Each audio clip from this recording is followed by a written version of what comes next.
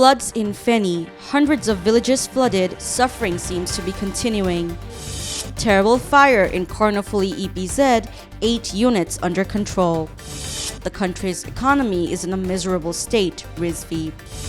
Explosion due to gas leakage in Shutrapur. Husband, wife, and 3 children burned. U.S. Customs. Second day of talks end with some issues unresolved. Import-export activities continue at the custom house even on holidays. Price of green chilies increases 6 times in a week. If Hamas surrenders weapons, the Gaza war could end today, Netanyahu. Trump's order to revoke citizenship by birth causes another push. Father shoots tennis player daughter dead after hearing taunts from neighbors. The suffering in Feni from floods seems to be continuing. Although the water level in Fulgazi in Parashuram has receded somewhat, the lower reaches of Shador and Chagalnaya have been flooded again. At least 109 villages in 4 upazilas have been flooded after dams broke at 21 places in the Muhuri, Kahua, and Silonia rivers. People have taken shelter in 161 shelters and dry food is being distributed. Traffic on the Feni-Parashuram road is still closed. Power is out in many areas. A terrible fire broke out in a building in Cornofuli EPZ in Chittagong. The fire started around 3 p.m. on Friday. 8 units of the fire service are working to control the fire. The fire service said that it is probably a foam factory. Therefore, the fire is spreading more quickly. BNP Senior Joint Secretary General Ruhul Kabir Rizvi said that the country's economy is in a terrible crisis. He expressed his fear and said, famine may occur in the country in September to October. This is the biggest fear amongst people now. He said this while distributing Jayanamas organized by Zia Porishod at the BNP office in Napolton on Friday morning. A couple and their 3 children were burnt in an explosion caused by a gas leak in Shutrapur in the capital. 5 people were brought to the National Burn Institute from their house in Kajitola early on Friday morning with burns. Dr. Shaun bin Rahman said that all of them had burns ranging from 42 to 63% of their bodies and all of them are admitted to the HDU in critical condition. The second day of 3-day talks on the US-Bangladesh Customs and Trade Agreement in Washington has ended. Although some issues have been agreed upon, several issues remain unresolved.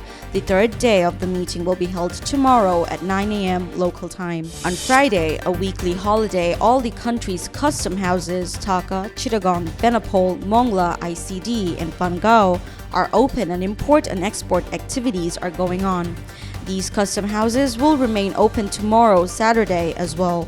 The process of clearing foreign trade goods has been somewhat hampered for the past few days due to the slowness of the Ashikuda world system, a medium for keeping inter-trade information and customs records. In such a context, the Board of Revenue on Thursday ordered all custom houses to keep them open on weekends. As continuous rains flooded the chili fields, the supply of raw chilies in the market has decreased, resulting in a sharp increase in prices. The price of raw chilies has increased 6 times in a week. Earlier, the price of a kilogram of chilies increased from 80 to 100 taka to 250 to 280 taka. In neighborhood shops, even 300 taka per kilogram is being sold. Traders say that due to the rains, the chili flowers have fallen and the land is wet and it is not possible to harvest chilies, resulting in a crisis. Israeli Prime Minister Benjamin Netanyahu said that the Gaza war could end today or tomorrow if Hamas surrenders its weapons. He said that a deal with Hamas could be reached with a 60-day ceasefire, the first step of which would be the release of hostages.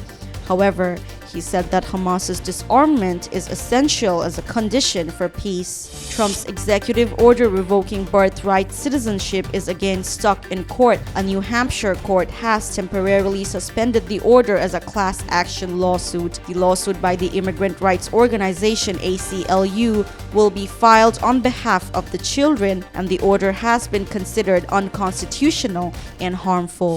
In Gurugram, Haryana, India, tennis player Radhika Yadav was shot dead by her father, Deepak after neighbors taunted him about her daughter's earnings. Radhika ran a tennis academy, which he had pressured to close. In anger, he fired 5 shots from his own licensed gun, killing his daughter, 3 of which hit her in the chest. The police have arrested him.